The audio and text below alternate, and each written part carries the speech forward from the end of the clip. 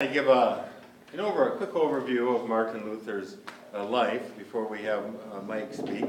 And so I was in Germany probably 4 years ago, and so as you look at the pictures here, a lot of them have scaffolding. They were getting ready for the 500th anniversary, which just took place this past October. But this would be, Martin Luther was born November 10th, the year 1483 in Eisleben, what is now Germany. And this is also the place where he died, was Eisleben. He was only there for, as far as Eisleben, you think he probably lived his whole life there, but at age 6 months, his family, they moved to another community, Mansfeld.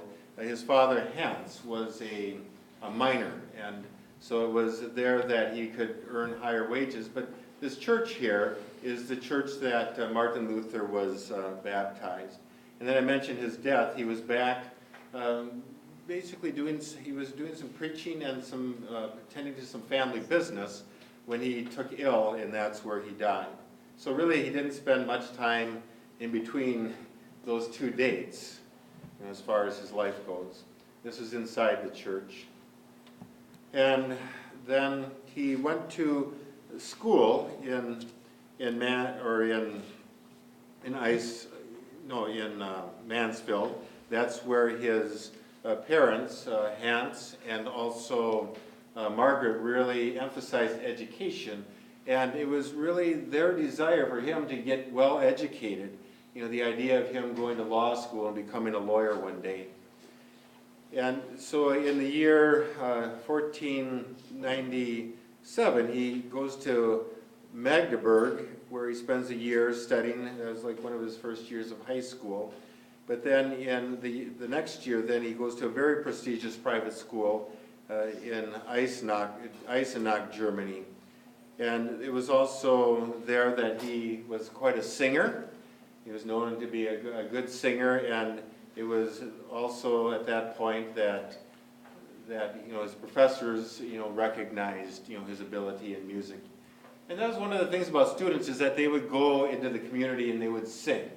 They would just go to somebody like Christmas Carol, and they'd go to somebody's door and start singing. They'd be invited in. There they would be invited in for a meal, and they were given money, and that was one of the ways that they supported their education. In the year 1501, he started his studies at the University of Erfurt, and there he was studying law. A very fine, very good student.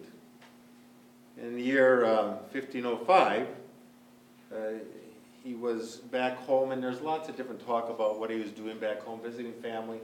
There's also talk that there was a bad plague going through, and where people were dying, and so he wanted to escape that. But on his way home, there was a terrible electrical storm. And at that point, he was bargaining with God. He was just saying, "Saint Anne, spare me, and I will become a monk." His life was spared, and at that point, he goes into the Augustinian monastery in Erfurt, Germany, and that's where he took his monastic vows. And here the picture would be of the monastery there.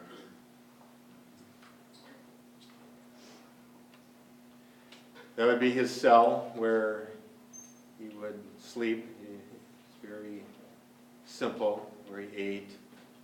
Oh yeah, if you can see, there's a little bed there. Yeah, and then the year 1507, he was ordained as a priest, and that was the church that he was ordained in, St. Marian Cathedral in Erfurt. Just a very beautiful place. It'd be the inside of it. But it was in his time that he was in the monastery that he really had a lot of personal struggle.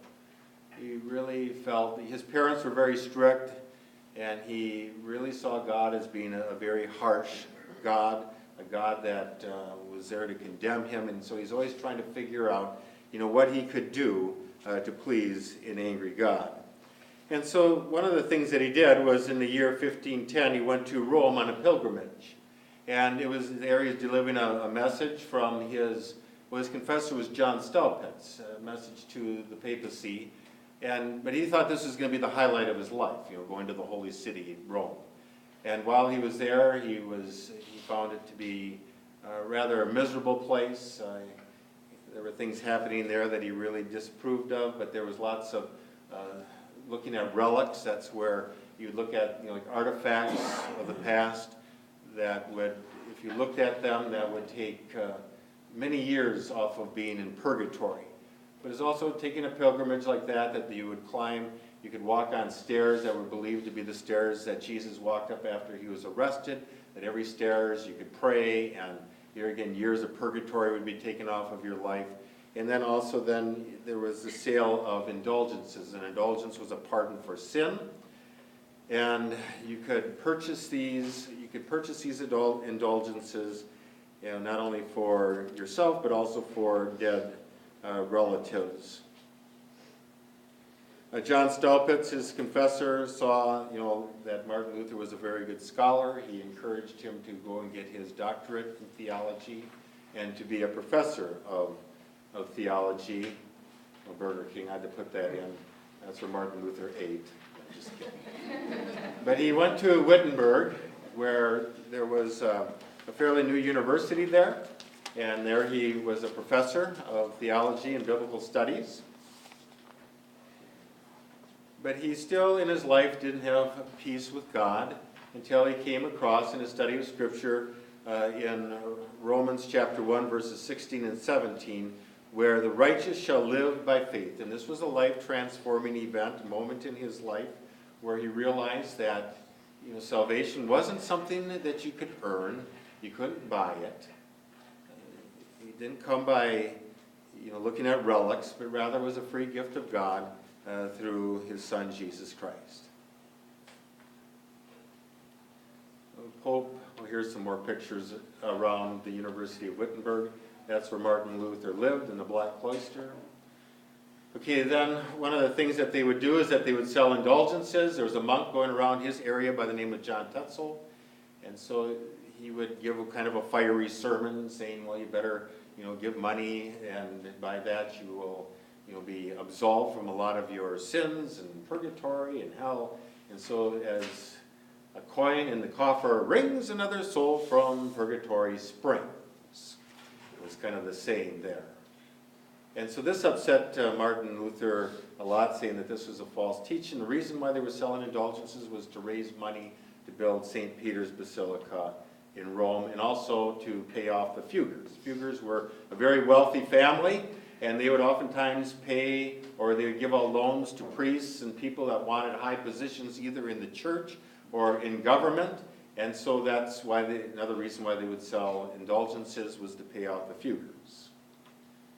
Martin Luther, he also translated the Bible into the language of the German language, the common language of the people. He also wrote canticles and hymns. A Mighty Fortress Is Our God is one of them. He also wrote pamphlets and books. This would be the Castle Church in Wittenberg, and that's where he is buried, but it's also there is where he pounded what we call the 95 Theses on the door there. And these 95 Theses would be his attack on the sale of indulgences. This is inside the church, and underneath the pulpit is where Martin Luther is buried. On the other side, the lectern, is where Philip Melanchthon was buried, and that was one of his colleagues, somebody that worked very close. That would be his grave there at the bottom there there's a gravestone. Here's also the city church. That's where he did a lot of preaching in Wittenberg. That's the inside of it.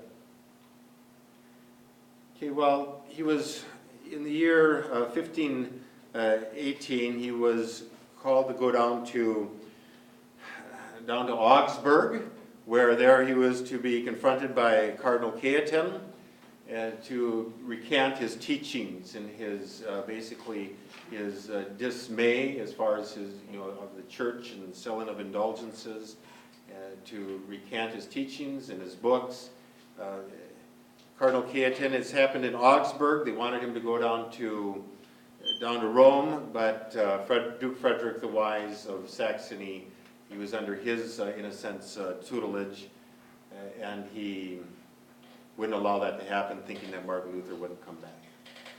Okay, a couple of other debates would have been at the Leipzig in 1519. Again, asked to recant. He got into a debate with John Eck, who was considered to be probably the church's top debater. Martin Luther sliced him apart in the debate. From then on, whoever was to confront Martin Luther is that you were to ask basic questions that are to have answers of yes and no. You don't debate with him. And Martin Luther does go down in history as probably being the greatest debater in the history of the world.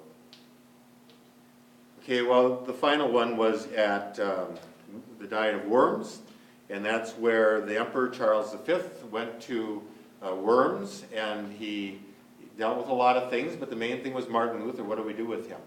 He was asked to recant. He said, give me a day to think about it. He came back saying, well, unless you can prove to me through the word and by reason, I will not recant. And he didn't. At this point, he was a marked man. This is where his friends, they captured him and hid him out at the Wartburg Castle outside of Eisenach, Germany. And this would be like one of the roads that's by there. So that would have been like one of the roads that they would take. And this would be the Wartburg Castle. This is where Martin Luther translated the Bible into the New Testament into the German language. That was his desk. And then I accidentally put this picture in and I realized, no, it wasn't an accident. In the year 1529, Martin Luther had a debate at a castle called the Marburg Castle in Marburg, Germany, and where he was then to debate another reformer, the Swiss reformer, Ulrich Zwingli. And this is the church that he preached at. It's the great church, the Grossmünster Church, downtown Zurich, Switzerland. And so that's a picture of that church. They debated. They agreed on 14 points. The 15th one they couldn't agree on, and that would have to do with the real presence of the body and blood at Holy Communion, the body and blood of Jesus. Just a few other things, and I'll be done. But Martin Luther, he married a Catholic nun by the name of Catherine von Bora. That was in 1525. They had 6 children. Martin Luther did an awful lot, as I mentioned, translating the Bible. The people were illiterate, and so this really did help them to not only learn about God's Word for themselves, but it helped them to learn how to read. He emphasized so much when it came to education, not only instructing families. He wrote what he called the small catechism and then the large catechism, which was instruction for the priests. Martin Luther, he did not want to see the church split. He was just trying to reform the church. He loved the church. But he was excommunicated. He was, Lutheran. The Lutheran church is after Martin Luther. He did not want a church named after himself, but the church always has to bear the name of Jesus Christ. But Lutheran was given as a nickname to those who opposed he and his followers. And then just a few other notes as far as in the year 1530, that's where Philip Melanchthon, his colleague, went down to Augsburg to give a presentation of their confessions, their teachings. Martin Luther was advised not to go because of the threats on his life, so he stayed at the Coburg Castle. And then in 1534 he finished translating the whole Bible. In the year 1555, he was granted the church and his teachings, and this would be after his death, legitimacy. Yeah, so that's basically a quick overview. I think the reason why the Reformation happened, there was other reformers like John Huss, lived 100 years before him, that it didn't work out. He was burned at the stake, but this was a time of change. When I think about when he was born, this was a time that Christopher Columbus and Magellan the explorers were out there. And the Renaissance. You think about artists like Michelangelo, astronomers, Copernicus, Galileo. They were starting to see that the world is not flat, but actually round. And so people's whole idea of the world and God and life was really changing. So that's why I think the timing for Martin Luther, the timing of all of this was very key. Okay, well, that's my little presentation. So, Rob, I'll hand it back to you.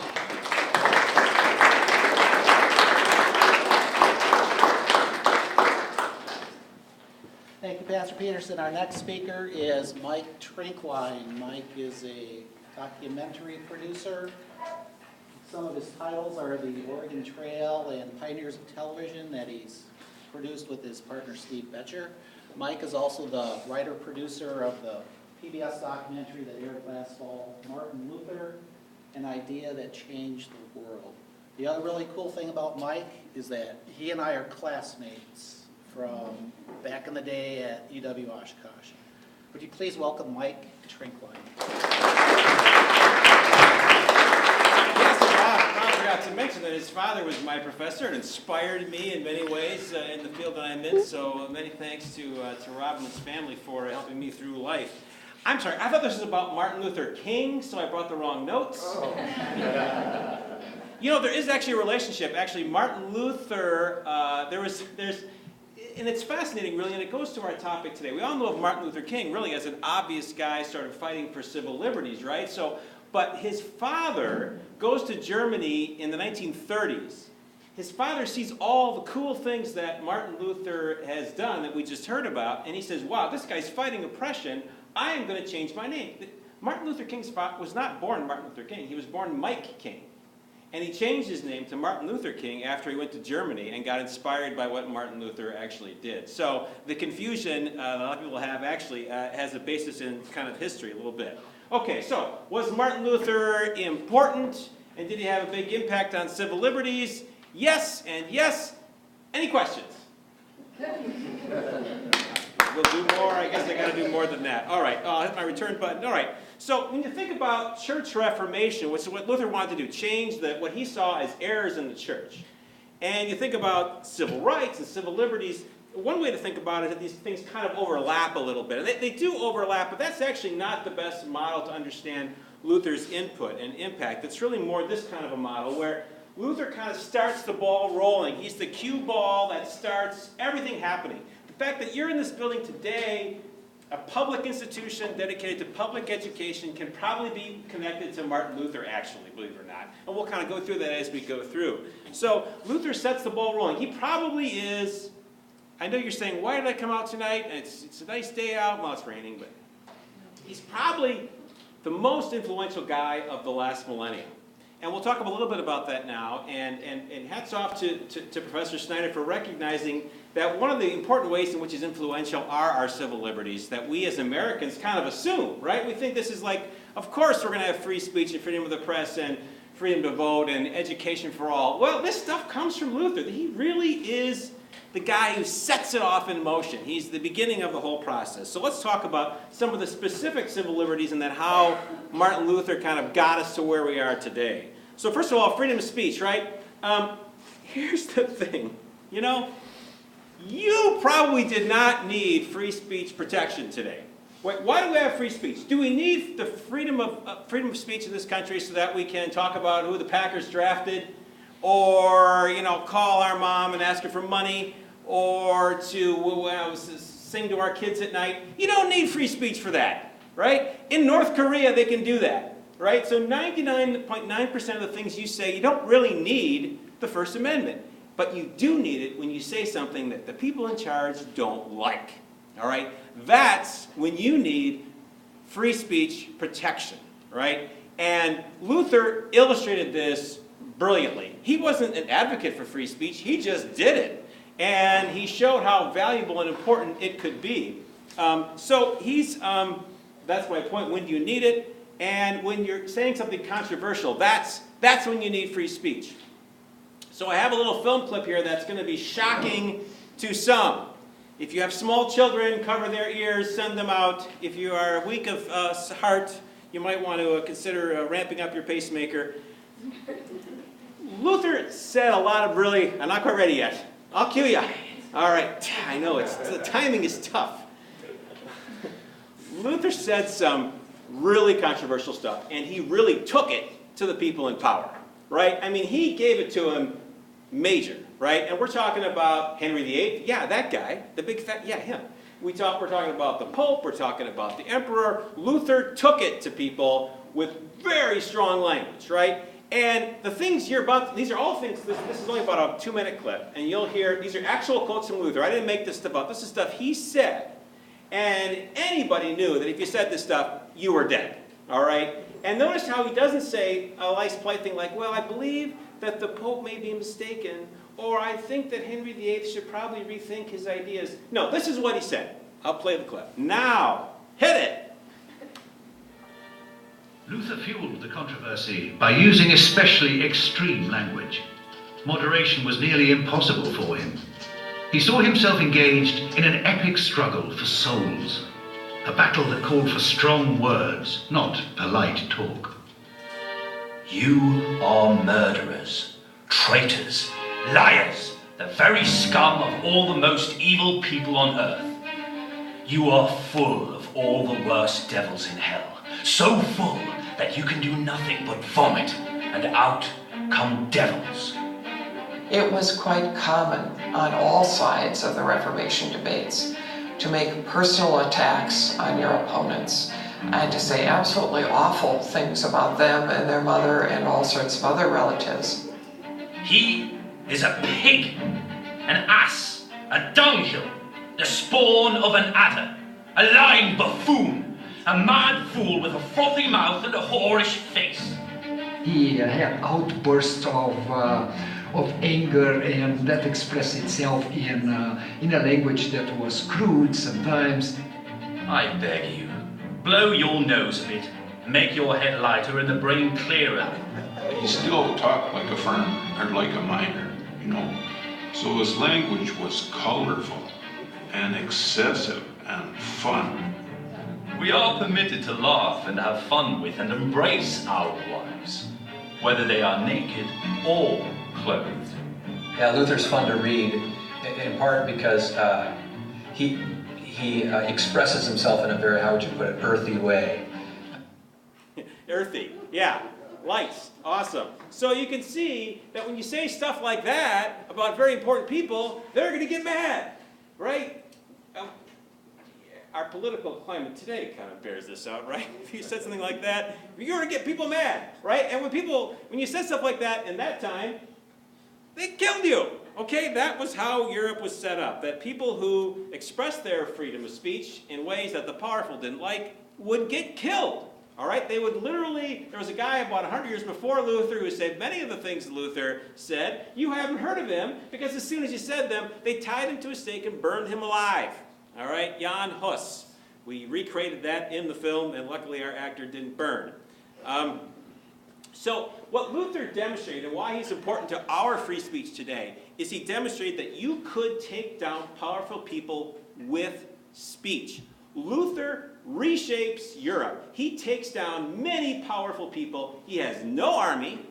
He has no money. His wife is annoyed that he won't take any money. Because he speaks in a way that gets the attention of people, he completely is able to speak truth to power, as he saw truth, and utterly change the climate of Europe and really the climate of religion and politics and everything else in the world, and change how we live today.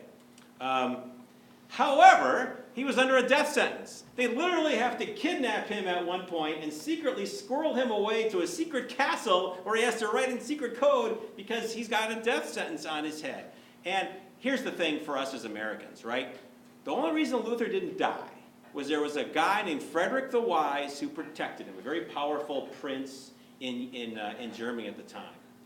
We don't have Frederick the Wise, so we have the First Amendment. All right, so you can go out on campus and say outrageous things against the chancellor and even to your professor, even though you never would, or against our president or whoever, and you aren't going to get burned at the stake because we have freedom of speech. So Luther's the guy who demonstrates early on what our American founders saw as a necessity, protection for outrageous things. Because even in North Korea, they can say things that aren't outrageous. Right? So you know this, that communist countries all have free speech? They say, oh yes, you can say anything you want in North Korea. Of course, not things that are bad, but anything else you can say. And of course, the regime then decides what's bad. You know? I mean, it's not a good system. All right. This is a clip that just kind of shows Luther's, I'm I'm not going to show this clip because I want to spend more time on the following clip. So we're going to skip ahead to freedom of the press. All right? So this is really interesting. So Luther invents the press in a way. So the printing press, if you've had any kind of class, you know there were printing presses in about Gutenberg, 1450s. All they print is really boring stuff. Now they print Bibles, it's not boring, but I mean they're printing nothing terribly exciting. Luther comes along and he's like the National Enquirer and Twitter and Facebook or whatever TMZ is a better illustration. He's all this combined. He writes in a way that people love. He writes in these earthy ways, these very direct ways. But he doesn't really get it out there. Well, the first thing he writes, as Pat talked about, was the 95 Theses. The 95 Theses basically said to the church, hey, you got this stuff wrong. You got to fix this, right? And he didn't really intend it to be terribly popular. But the people who own printing presses said, this is good stuff, all right? We're going to print this. And it just blew up all over Europe. It was just sort of an amazing, because he was the first time someone really took it to the powerful in print, all right? And here's a little clip. Luther, at first, not yet, he didn't get it. He didn't quite understand the power of the media. And then it's like this, oh, I can use this. I have to say, it's probably the same way like when Donald Trump first saw Twitter and went, oh, yeah, I can use this. Or, whatever the medium is, he saw the potential, all right? He's the first to demonstrate power of the media. Here's the clip. Lights. In the mid-1400s, Johann Gutenberg perfected the movable type printing press, a process that could turn out in seconds what formerly took months. But the printers still had one problem: content. They needed material that would go viral, create controversy, and boost sales. Nothing really caught on, until they found Martin Luther's 95 Theses. It was perfect. Without Luther's knowledge, printers began churning out copies by the thousands. It is a mystery to me how my statements were spread to so many places. They were meant for academic circles. They were written in such a language that the common people could hardly understand them. The striking of a match in 1517, a bonfire, the flames of which are still burning. They spread like wildfire. 10 days they're in Spain. That's incredible. How shocked he was that everything he said was suddenly out there. Although the 95 Theses were written for academics, not peasants, one thing was clear to all. The document denounced the sale of indulgences. Luther had struck a nerve, rousing dormant perceptions that the Pope had too much power and wanted too much money from the German people. This is mine. Oh, really? Where did you get these? It's everywhere. At first, Luther was unaware his ideas were propagating. These have been printed. It soon became clear he was something of a celebrity. The author of an accidental bestseller, a work that boldly proclaimed the corruption on everyone's mind. I love that guy. You can get the lights. I love that guy in the background kind of waving like, look, it's Luther. But that's kind of what it was. He was a rock star. This guy was the most popular guy in Europe by far. He not at this moment in his history, but within about 6 months of that, he becomes like the incredible rock star of Europe. Everybody's reading Luther. Everybody's talking about Luther. He's the guy who's saying what everyone else wants to say but is afraid to say. And he's just blasting it out there, right? So he's huge. And so all of a sudden, anything he writes, or prints, in this case, talking about freedom of the press, gets read by everybody. So he becomes hugely influential, more influential than any pope or any emperor. I mean, the people in charge at this time had never thought about appealing to the people. They had never thought about, writing stuff or creating stuff to try to do persuasion of the masses. That's all we get now, right? Is people trying to persuade the masses. That's how social change happens. That's how our civil liberties are protected, is through freedom of the press, right? But Luther's the first guy who figures it out, and he uses it expertly. I mean, the guy's a genius, right? But he's the first person in many ways, and he's got his flaws, certainly, but he's the first person to recognize the power of the press. And he just cranks it out. I mean, he's writing stuff. I put in the film that he probably has more words in print than anyone who ever lived. Because not only does he constantly writing, because he knows he's got an audience, and there's no one else that they're writing. There's no competition, right? He's it, right? So he's writing. No one else is really doing very much. A few people try, but he knows how to connect with people. He's good at that in a way that no one else is. So he demonstrates that media can be a weapon to attack the powerful when no one's figured this out yet. And it's also a tool for social change. There's tremendous social change that follows thanks to Luther's use of the free press. So today, in our Constitution in the United States, we guarantee a free press. This is why. All right, even James Madison knew about Luther, and I mean, I'm not saying he put this in the Constitution because of Luther, but there was this understanding of the power of press way back, even at the beginning of our country, but it starts with Luther. Again, Luther didn't advocate a free press. See, Luther triggers all these civil liberties that we have, but he didn't really care that much about it. His main interest, as Pastor noted, was people understanding their relationship with God, right? That's what was interesting to him. But he triggered all these civil liberties that we now have today. Let's talk about some minority rights, right? An important civil liberty we have in this country is protecting the rights of minority groups. Now, in this time, in this period, there really is no sense of equality, right? You know, there are the nobles and there are the peasants. No one thinks about anything else. And the peasants figure, well, I'm just a peasant. And the nobles think, well, we're supposed to be nobles. There really wasn't this understanding that there should be equality at all. So that's not happening. But Luther did think that the people in power should be kind to those below them. But that didn't work out so well. We'll find out why in a minute. Because here's what happens. Luther never advocates violent uprising. But what happens when you write all these publications and all these tracts? He's the first best-selling author all across Europe. People are reading him, and many of them can't read, so they're reading it to their friends. He's taken it to the Pope. He's taken it to the Emperor. He's taken it to all kinds of people. He's saying all the stuff you want to say. So what are the peasants going to think? Wow, we always thought, you know, everybody above us are betters. We're perfect. Now, Luther's kind of saying, maybe not. So what happens? War, right? The peasants revolt. This Luther can't believe. He's like, no, this is not what I wanted. I do not want, he never advocated violent unrest, right? But that's what Europe got. There were wars, and many wars, 30 Years' War, Peasants' War, a lot of slaughter. Luther didn't want that, but that's the result of when you have people who are at a lower level seeing that, hey, maybe I shouldn't be at this lower level. What are we going to do about this? Well, let's take the stuff from the rich people. Let's kill them and take their stuff.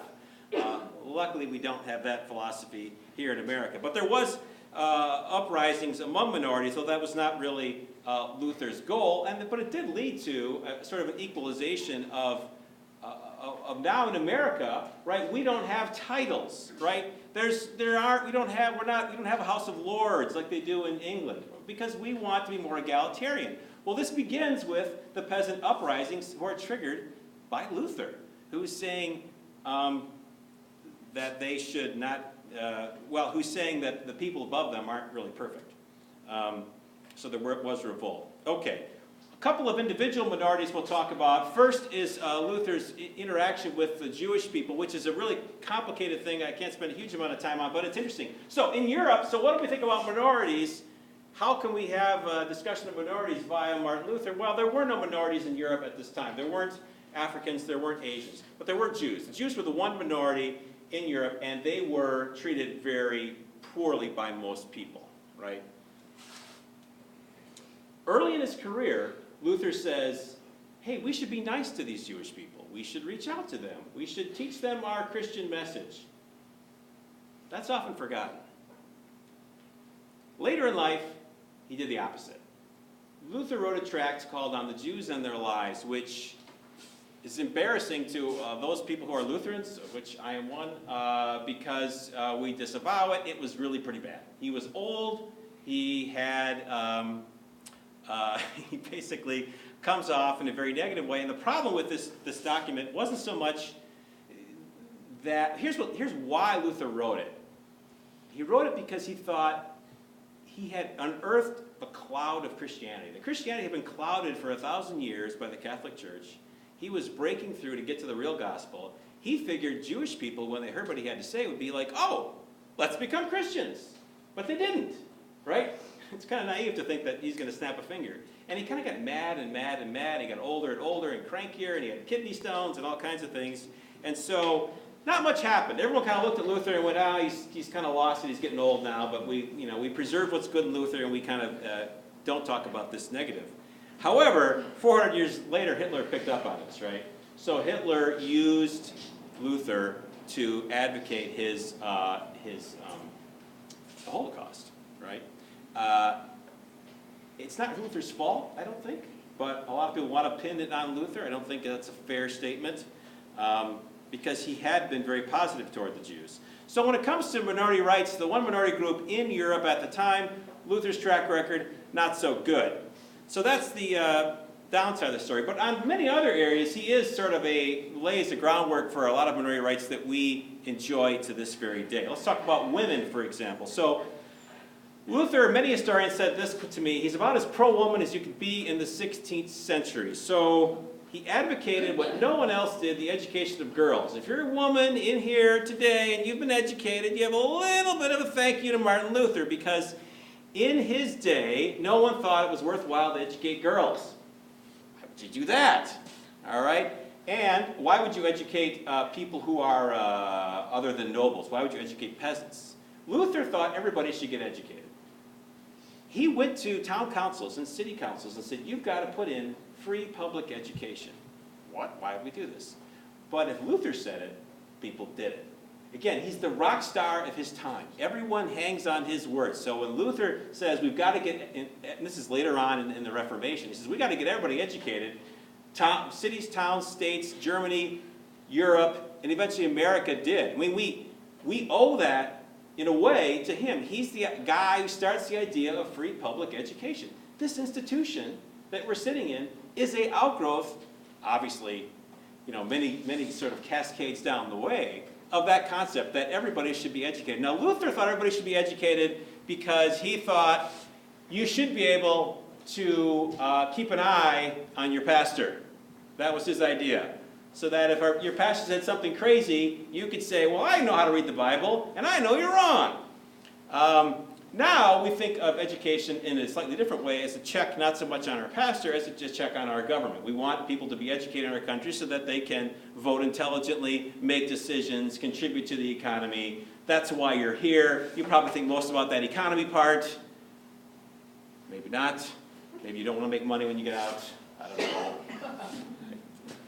But Luther really advocated free public education. It was a new idea, and we can thank him for that, because before him, no one's suggesting this. He willed his, I'm getting ahead of myself, I'm still on the topic of women. He actually willed his property to his wife, which was illegal at that time, and he didn't care. Do you ever watch the first season of Downton Abbey, right? This takes place in the early 1900s, and they're trying to give, the women of the family can't receive inheritance from the men. I mean, even as recently as 100 years ago, this was illegal. And yet Luther's like, well, that's stupid. I'm giving my inheritance to my wife. So he sort of broke the rules that way. He thought, he spoke very highly of his wife. His wife was highly educated. He taught his daughters as much as his sons. And so he was really an advocate in many ways. And then there's one more thing. This is kind of a fascinating story. If you learn nothing else from tonight, you should remember this name. This is a woman named Argula von Grumbach. All right? So here's Argula's story. She is at a place like this, a place of higher learning. Well, she's not. Women can't be in colleges. But there's a boy who brings a backpack into class. I don't know if he's got a backpack here. And in his backpack, he has some of Luther's writings. But he's in a part of Germany that's very, very hostile to Luther. And someone in authority sees that this kid in his backpack, in his college class, has these Luther writings and says, oh, you know, that's illegal. You can't do that. And he goes, yeah, I'm sorry. What's the penalty? Death. All right? Death is the penalty for having Luther's writings in the wrong part of Germany. So, Argula, this woman, goes to bat for this kid. She writes incessantly about this topic. She writes about, she argues with the people in charge. She tries her best to get this kid off. And she becomes, at that time, her writings are so influential, becomes the second most popular writer in all of Europe, right? Luther was number one. I mean, he was the first best-selling author, and he was, for years, he was the most best-selling author in Europe for a long time. Argula was number two for a period of time. She was very influential, and so now what does Luther think of this? I can see a lot of men of this time period being kind of jealous, or saying, we don't know what you're talking about. You're a woman. That would have been the common approach. Women can't, come on, what are you talking about? Not Luther. He's like, oh no, he encouraged her. She wrote to him, he wrote back to her. They met on at least one occasion, and he was very much an encourager of her writing. So you got to hand him to that. You got to hand it to him for that, because even though today that seems pretty normal, in the 1500s it was very abnormal. And here's a very short 2-minute little video clip about my good friend Argula. Lights. Excellent. By the early 1500s, tiny Wittenberg was the seat of the Reformation. Students came here from all over to study under Luther, as well as his fellow reformers like Philip Melanchthon. And even those who could not come to the university were advancing the cause of the Wittenbergers, including a Bavarian woman named Argula von Grumbach. A staunch supporter of Luther and Melanchthon, for a time her writings outsold every other author in Europe, save Luther himself. Through sheer force of will, Argula became one of the most influential women of the Protestant Reformation. What news from Bavaria? Luther encouraged Argula's writing, but the men in her community tried to suppress her. You want to belittle a woman, you call her a whore, a bitch, a desperate, a crazy woman. Oh, the worst, wrinkly old woman. Argula didn't have the protection of a leader like Frederick the Wise, and that put her in jeopardy. These university people and some lords, princes, were contemplating the possibility of strangling her, or just getting rid of her body and all, or cutting her fingers off. Argula survived, and gave Luther perhaps the best advice he ever received. Please, continue. She encouraged him to get married. Which he which he did do, and had a great relationship with his wife. There's a scene we won't show tonight with his wife that kind of shows he's a very caring and loving kind of husband, and loved his kids. And that first clip I showed you where he's this angry sort of insult thrower, that was part of his personality. But another part was kind of a warm husband and loving father. And the guy's, he's a fascinating character. I mean, he's all over the map. He could be angry, and he goes through depression where he locks himself in his room, and then he's elated, and then he goes through every possible emotion. He's a fascinating character. And this little chapter talks about how he really was an advocate for women as much as one might be in that time frame. And Luther was also an advocate for the right of public education, as I sort of laid out a few minutes ago. He was a champion of public schools. Hey, next time you play Monopoly, you can pull out this little anecdote, that when you get out the card that says community chest, right, that's Luther. All right, Luther is the guy who comes up with the notion of a town should have a little community chest. People should put some money in there when they have extra, and then when there's a poor person, or a woman becomes a widow, or a child who has no parents, you pull something out of that community chest, and you give it to that person. All right, this is Luther. And so, I don't know why I got off on Monopoly, but he is a champion of public schools, and again now, today, the reason this is hard to explain to people is that you and I grew up in a culture where this is sort of obvious. We all assume there's going to be public schools, but this was not the case 500 years ago. Only the richest people had educated kids, and it was a very different sort of scenario. Luther thinks everyone should get educated, and this idea flows right through to our culture today. Hey, why did anybody come to America? Right? I mean, think about this for a second.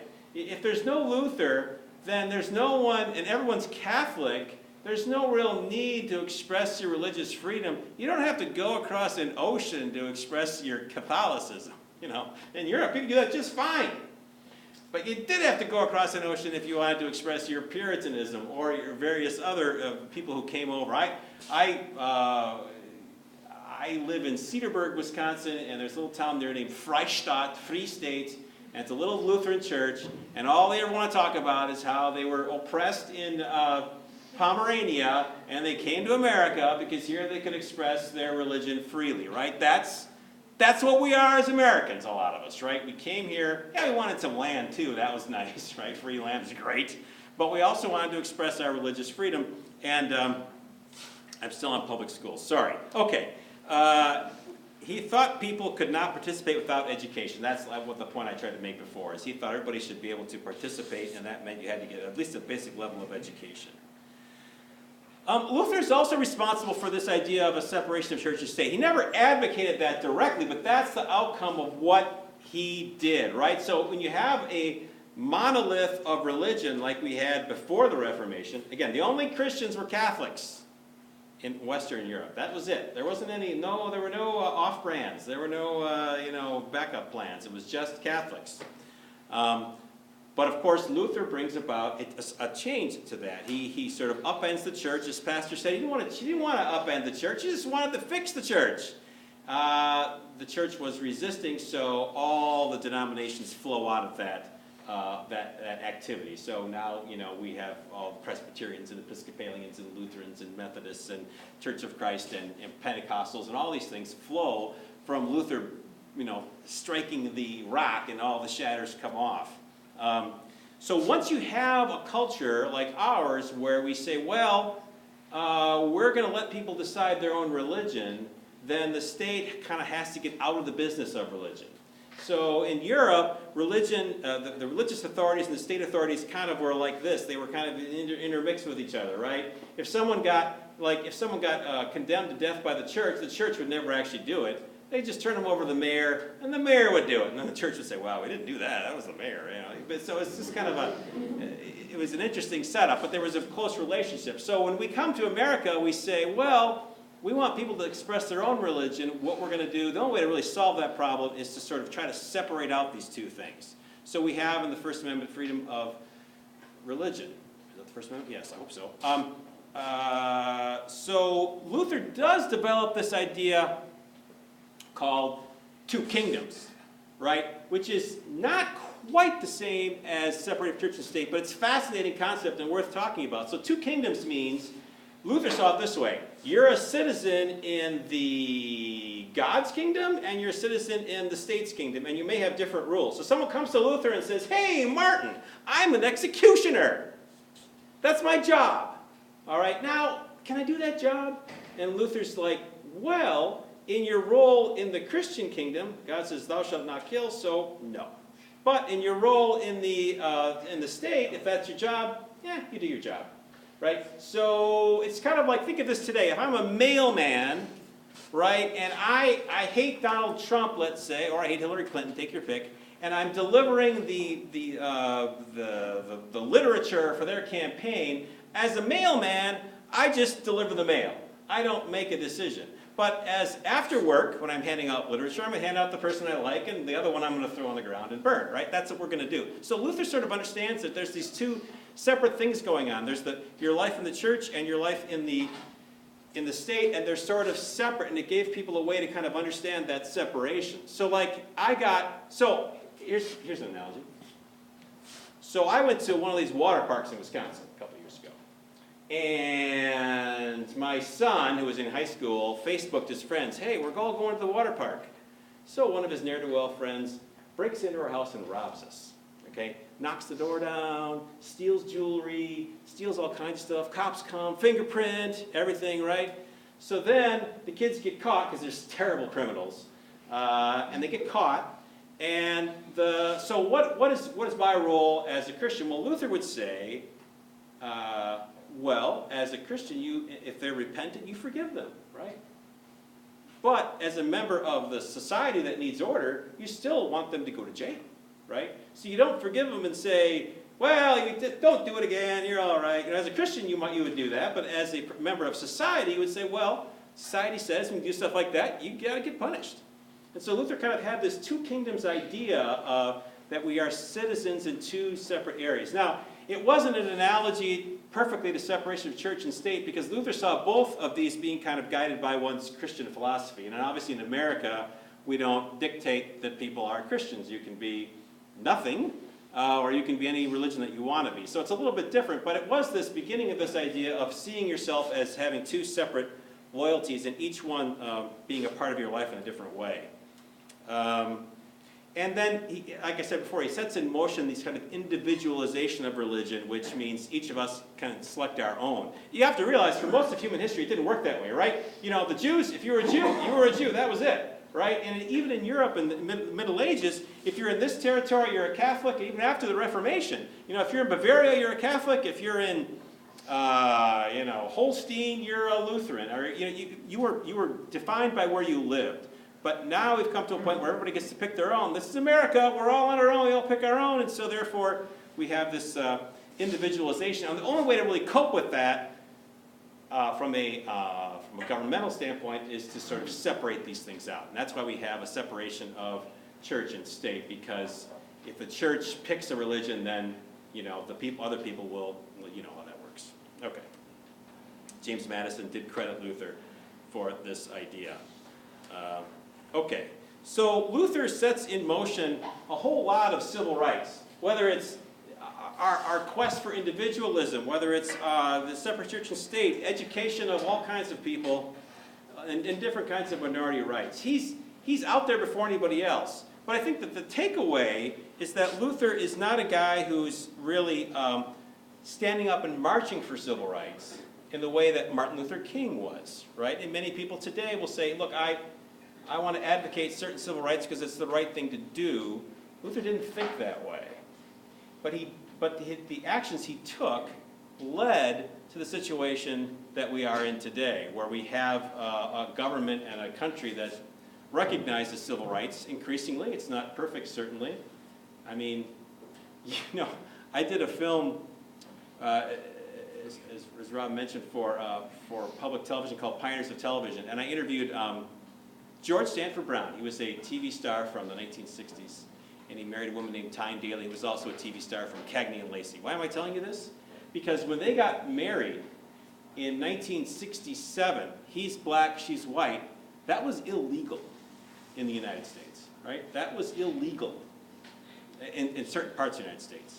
So, are we perfect on our civil rights score, our civil liberties? No, we're not. We're getting better. So it's a continuum. But I guess my point tonight is that this continuum in many ways begins with Martin Luther kind of kicking it off. He, through his example, through his actions, sort of leads us down the path that gets us to where we are today as Americans who sort of take for granted things like freedom of speech and freedom of the press and equal rights for minorities and all these sort of things that you walk in and you're going, well, duh, obviously. It's, you know, why do we have to go to a lecture on this? We all know this. It's boring. There's the Brewers game on. That gets a reaction. All right. But it's important to kind of know where we came from. And this loud, boisterous, over-the-top, super active, super energetic guy is the guy who sort of sets it all in motion. He didn't want to. You know, Luther had no interest in being famous. Well, he kind of wanted to be famous, but he had no interest in being rich or being powerful. He never had an army. He never had, you know, any of the trappings of the rich.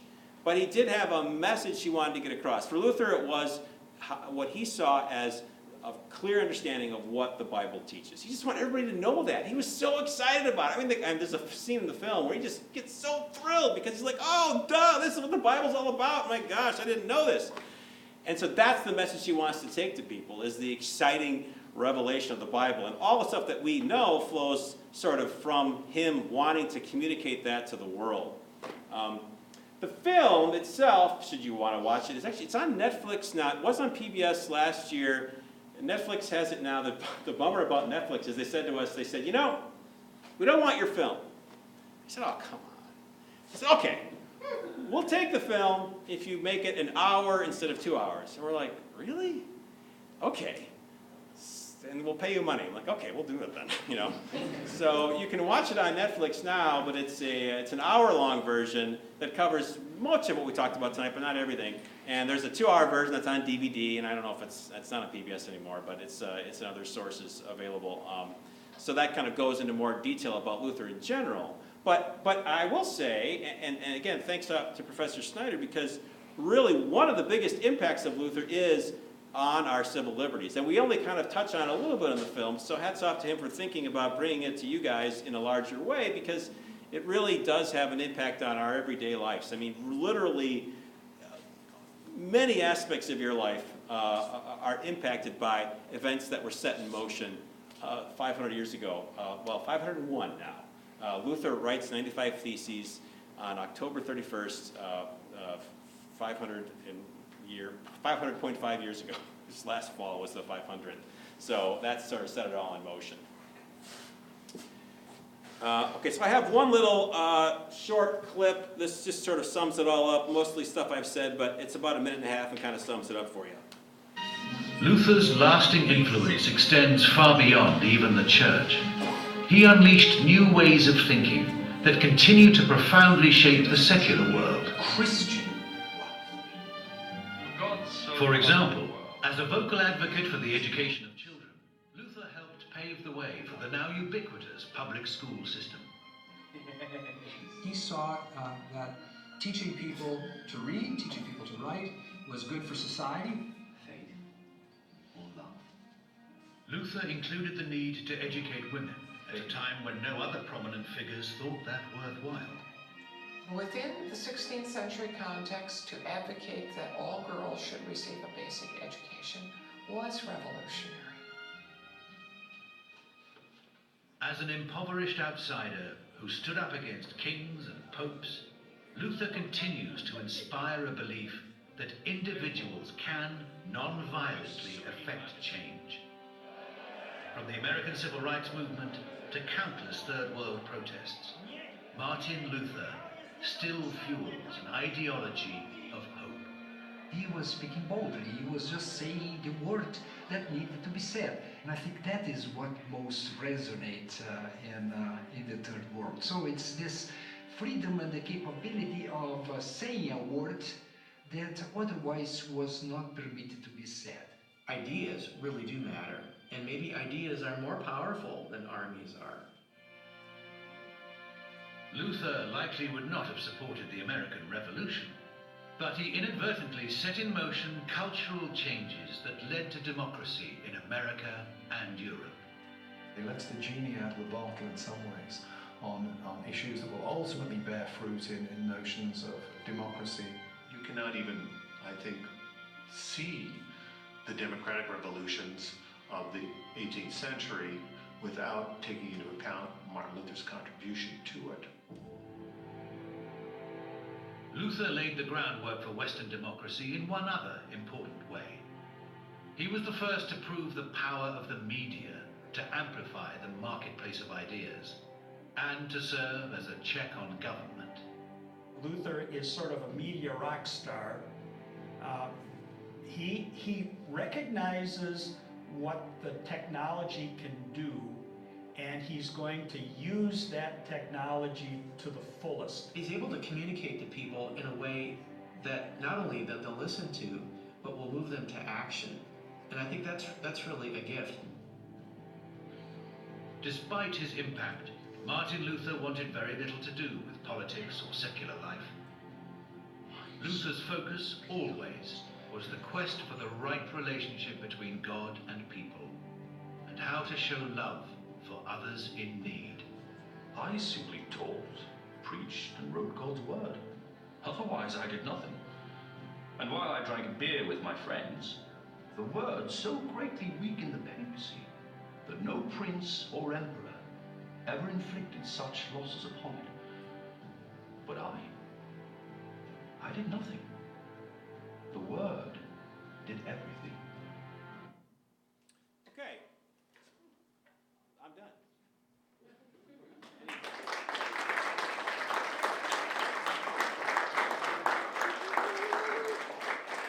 Now, let's thank Mike and Reverend Peterson for coming out tonight again. And I need to thank a couple of my student helpers, Abby Ferguson and Kyle Tillotson, who did an awesome job on the lights. The lights, awesome work. I wouldn't come without those lights, and that's important.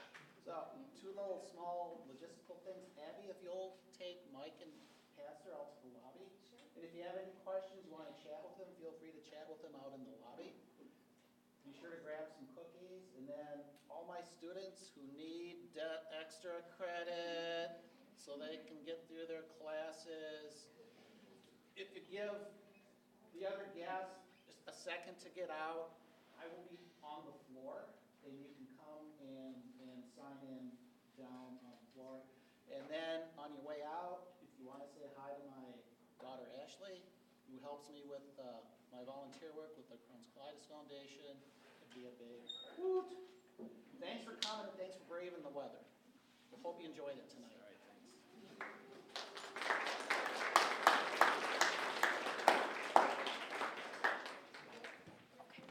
You guys are back.